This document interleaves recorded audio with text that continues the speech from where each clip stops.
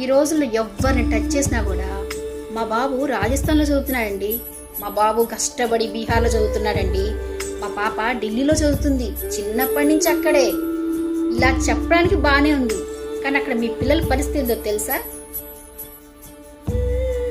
ఆమ్దాల్ మామిడికాయ పప్పు, అదే మన తెలుగులో బంగాళదుంప ఫ్రై, అన్నం, ఇది స్టోర్ బియ్యం. చూసారా, మన తెలుగు వాళ్ళం 3 రోజులు హోటల్లో వరుసగా తింటేనే 4వ రోజు సహించదే.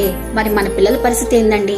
ఇంట్లోంచి బయలుదేరేటప్పుడు చాలా బలంగానే బయలుదేరుతారు, అక్కడికి వెళ్ళాక బ్లడ్ ఇమ్యూనిటీ తగ్గిపోతుంది, హెయిర్ ఫాల్, ఇన్ఫెక్షన్స్, ఇవన్నీ వాటరు అట్మాస్ఫియర్ అనుకుని మన భ్రమలో ఉంటాం.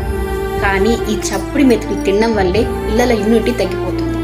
ఇదే ప్రాబ్లమ్ని మా ఫ్రెండ్ ఫేస్ చేసింది. అందుకే నేను ఒక సజెషన్ ఇచ్చాను, మన ఇంట్లో నుంచి తయారు చేసిన పికిల్స్, కరివేపాకు కారం, మునగాకు కారం, అవిసె కారం పంపించమని. తను తింటూ ఉండే కొంది ఒక 41 రోజుల్లోనే హెయిర్ లాస్ అవ్వడం తగ్గిందంట.